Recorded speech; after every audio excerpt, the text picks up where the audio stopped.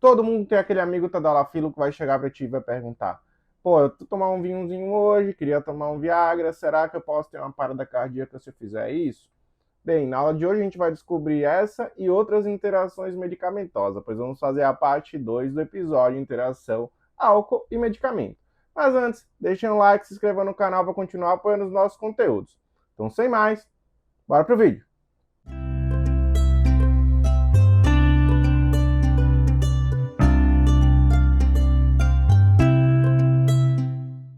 E sejam todos bem-vindos, eu sou o Jefferson Santos, estou gravando aqui para vocês direto da Paraíba, onde eu estou passando férias. E na aula de hoje a gente vai falar sobre a interação do álcool com alguns medicamentos. E esses medicamentos vão ser os antidepressivos, a pílula do dia seguinte, medicamentos para tratar calvície e, por fim, o que dava título à nossa vinheta, Viagra ou Tadalafila. Antes de mais nada, eu gostaria só de reforçar que esse vídeo ele não tem nenhum caráter de estimular ou desestimular o uso do álcool com alguns medicamentos. Ele é apenas um vídeo de caráter informativo e técnico, onde a gente compara os efeitos farmacocinéticos e farmacodinâmicos do álcool com esses medicamentos. Tudo bem? Então, sem mais, vamos começar o nosso comparativo? E a primeira rodada de hoje é com os antidepressivos. Mas qual classe de antidepressivos? Antidepressivos da classe dos inibidores seletivos da recaptação da serotonina. E aí, nessa classe entra a sertralina, citalopram e fluoxetina. Tá. Antes de fazer o comparativo propriamente dito, é importante entender o mecanismo de ação dos dois. O álcool ele atua geralmente nos receptores do tipo GABA-A, que são canais de cloreto, e esses canais de cloreto, ao serem abertos, vão hiperpolarizar o neurônio, ou seja, vão causar uma depressão do sistema nervoso central. Já os inibidores seletivos da recaptação da serotonina, o que é que eles fazem? Eles vão atuar no neurônio pré-sináptico, vão inibir essa recaptação, que é uma espécie de diminuição da concentração de serotonina na fenda sináptica. E ao fazer isso, o que vai acontecer? Quando ele inibe a recaptação dessa serotonina na fenda sináptica, a concentração da sertralina vai aumentar e, consequentemente, vai poder atuar melhor nos seus receptores do tipo 5-HT, fazendo um efeito antidepressivo. Sabendo disso, a gente tem dois estímulos antagônicos. Um é de inibição do sistema nervoso central e o outro é de liberação de neurotransmissão. Então, o álcool ele interfere diretamente na liberação desses neurotransmissores, e nesse caso, da serotonina. Então, existe uma contraindicação do uso de inibidores seletivos da recaptação da serotonina e beber e fazer o consumo de bebidas alcoólicas simultaneamente. Além disso, o UpToDate ele traz também interação do tipo farmacocinética, porque também pode ocorrer uma depressão psicomotora nesses pacientes. Então, eles têm sim um risco aumentado de desenvolver alterações psicomotoras. Então, álcool e antidepressivos não dá certo, tá? Existe sim uma interação medicamentosa entre eles. A segunda rodada que eu quis trazer aqui é uma dúvida frequente que eu tenho, enfim, de alguns pacientes e também de alguns colegas, pílula do dia seguinte, álcool. Vai cortar o efeito? O álcool vai diminuir a eficácia da pílula do dia seguinte? Que como tem a substância levonorgestrel, que é a substância mais utilizada aqui no Brasil, tá? E o levonorgestrel, ele vai atuar principalmente ali no útero, alterando a viscosidade do muco cervical e também alterando o ciclo menstrual para evitar uma gravidez indesejada, né? Para evitar a fecundação.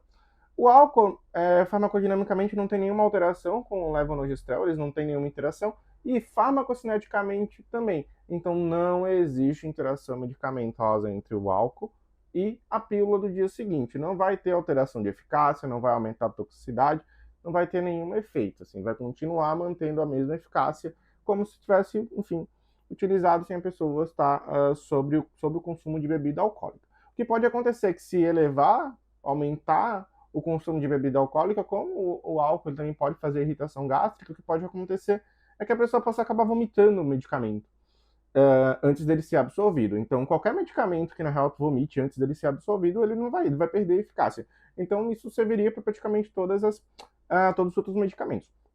Mas falando especificamente da farmacocinética e farmacodinâmica, não existe nenhum tipo de interação ou corte de efeito do álcool com relação à pílula dia seguinte.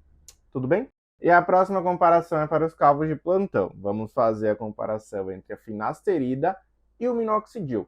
O álcool pode interferir no efeito desses dois? Bem, A finasterida é um inibidor da 5-alfa-redutase, né, que converte testosterona em dihidrotestosterona no folículo capilar, e a dihidrotestosterona é responsável por causar, ou um dos responsáveis pela alopecia androgênica, que nada mais é do que a calvície, né?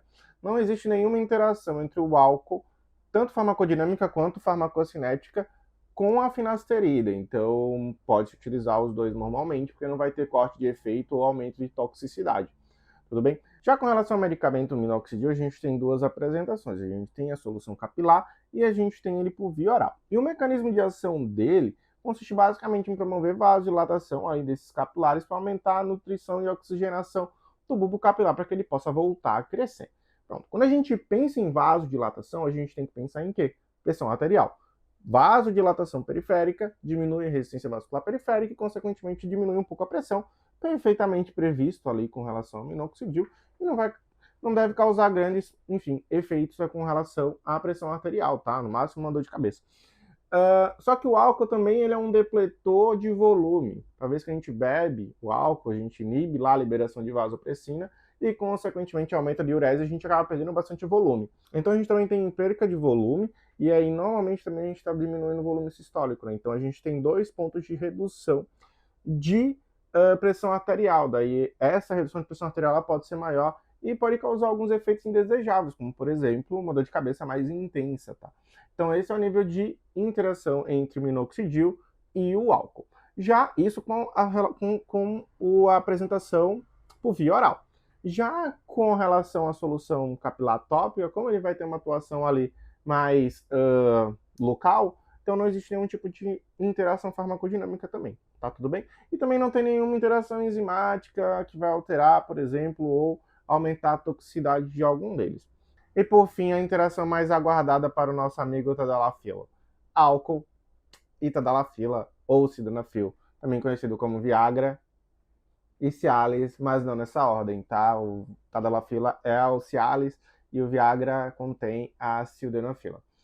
Então, a sildenafila, o tadalafila, enfim, esses medicamentos para disfunção erétil, eles são inibidores da fosfodiesterase 5, né, que vai diminuir, aumentar os níveis de GMP cíclico e vão promover vasodilatação.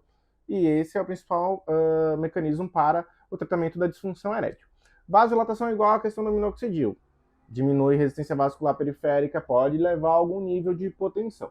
Quando utilizado com álcool, esse nível de hipotensão ele pode aumentar e, consequentemente, aumentar esses efeitos indesejados desses medicamentos, como, por exemplo, dor de cabeça.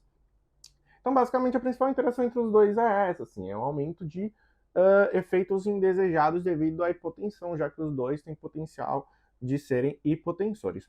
Tudo bem? Então era isso, pessoal. Agradeço demais a participação de todos vocês. Se gostaram, deixem um like, se inscrevam no canal para continuar apoiando os nossos conteúdos. Muito obrigado e até a próxima aula. Tchau, tchau.